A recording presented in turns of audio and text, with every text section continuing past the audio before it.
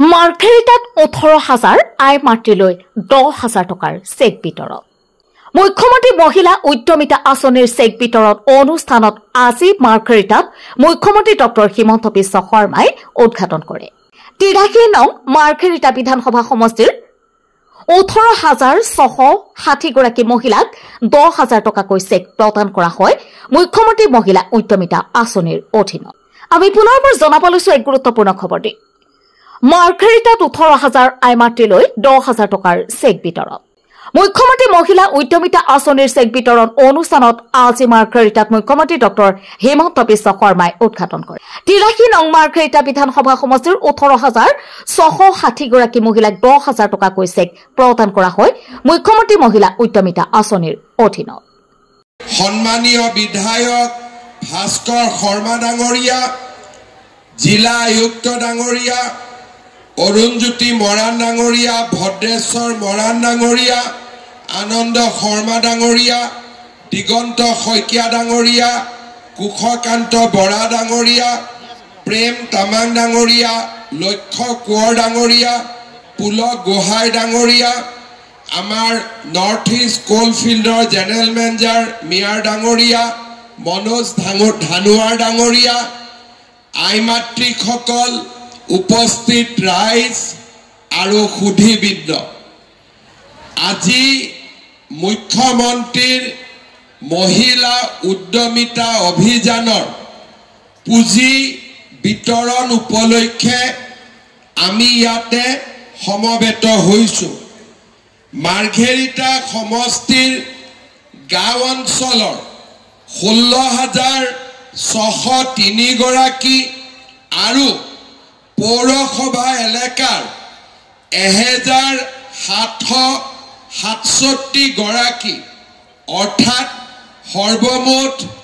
18,370 গৰাকী উদ্যমী মহিলাই আজি মহিলা উদ্যমিতা আঁচনিৰ প্ৰথম কিস্তিৰ 10,000 টকা চৰকাৰৰ পৰা লাভ কৰিব। মই আপোনালোকক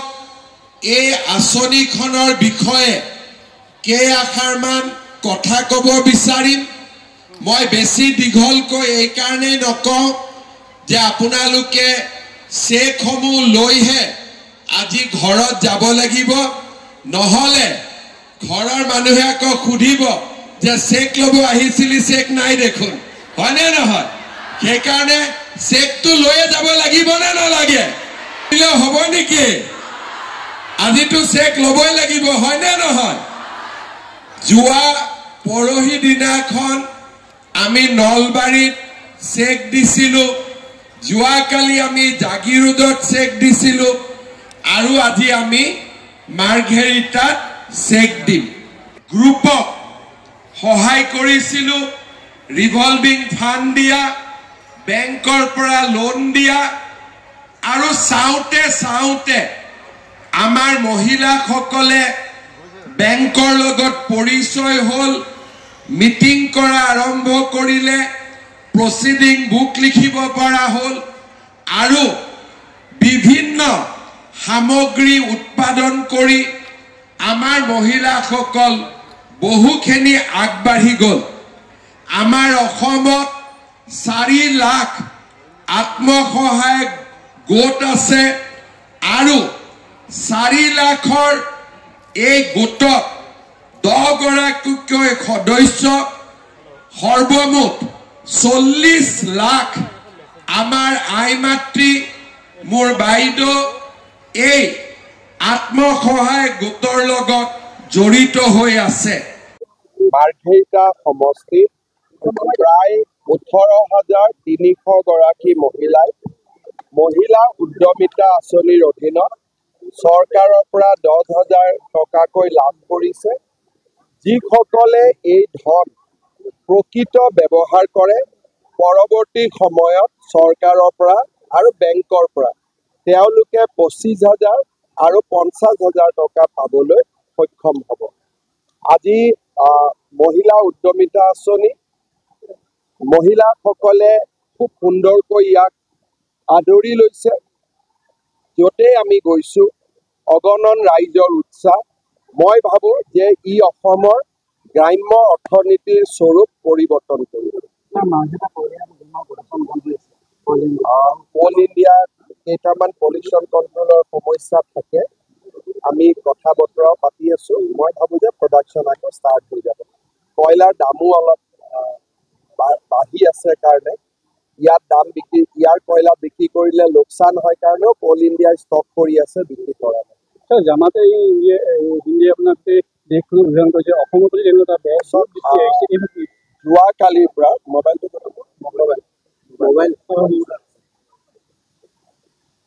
যোৱাকালিৰ পৰা অসমত অশান্তি বিয়পাবলৈ কেইজনমান বিশেষ ব্যক্তিয়ে গোটেই অসমখনত ভ্ৰমণ কৰি আছে আমাৰ হৰ্ষ মণ্ডল আৰু প্ৰশান্ত ভূষণ তেওঁলোকে অসমৰ বিভিন্ন স্থানত গৈছে যোৱাকালিৰ পৰা আৰু আন এটা গ্ৰুপ এই ধৰণৰ ব্যক্তিৰে আন এটা গ্ৰুপ জহাৰ চিৰকাৰ আৰু ৱাজেদ হবিবুল্লাহ ফায়াজ শ্বাহিন এই ধৰণৰ ব্যক্তিসকলে যোৱাকালিৰ পৰাও নামনি অসমৰ বিভিন্ন জিলাত ভ্ৰমণ কৰি আছে তেওঁলোকে কেৱল সংখ্যালঘু সম্প্ৰদায়ৰ নেতাসকলক লগ পাইছে জামাতি ইছলামিক লগ পাইছে অসমত এটা অশান্তিৰ বাতাবৰণ বিয়পাবৰ কাৰণে NRCৰ সময়ত যেনেকৈ এই ব্যক্তিসমূহ অসমলৈ আহি NRCখন ফেইল কৰিছিলে তেনেকৈ আৰু এটা প্ৰচেষ্টা আৰম্ভ কৰিছে আমি তেওঁলোকৰ মুভমেণ্ট আমি প্ৰত্যক্ষ কৰি আছোঁ আৰু তেওঁলোকে NRCৰ সময়ত যি ধৰণে সফল হ'ল এইবাৰ যাতে সফল হ'ব নোৱাৰে তাৰ বাবে চৰকাৰে কাঢ়া দৃষ্টি ৰাখিছে ফেচবুক মাধ্যমে ইতিমধ্যে এছামে সমগ্ৰ অসমখন উত্তৰৰ চেষ্টা কৰি আছে মেক্সিমাম এই ফেচবুক একাউণ্টবিলাক পাকিস্তান আৰু বাংলাদেশৰ আপোনালোকে যদি ফেচবুক একাউণ্টবিলাক চাই ইয়াৰ অৰিজিন বাংলাদেশ আৰু পাকিস্তানৰ অসমত কংগ্ৰেছ জামাতি ইছলামী হিন্দ প্ৰশান্ত ভূষণ হৰ্ষ মণ্ডলৰ দৰে ইণ্টেলেকচুৱেল আৰু বাংলাদেশ পাকিস্তানৰ পৰা কিছু এলিমেণ্ট বহুত বেছি সক্ৰিয় হৈ আছে অসমখনক দুৰ্বল কৰিবৰ বাবে আমি সকলো অসমীয়া আৰু ভাৰতীয় একত্ৰিত হৈ থাকিব লাগিব যাতে এই ষড়যন্ত্ৰ আমি বিফল কৰিব পাৰোঁ মাৰ্ঘেৰিটাত এভিকশ্যনৰ কাৰণে আমি ইতিমধ্যে প্লেন কৰিছোঁ DC আৰু SP লগত মোৰ আলোচনাও হৈছে আমি ডিগবৈৰ পৰা প্ৰদীপ দেৱনাথৰ ৰিপৰ্ট ডেইলি 24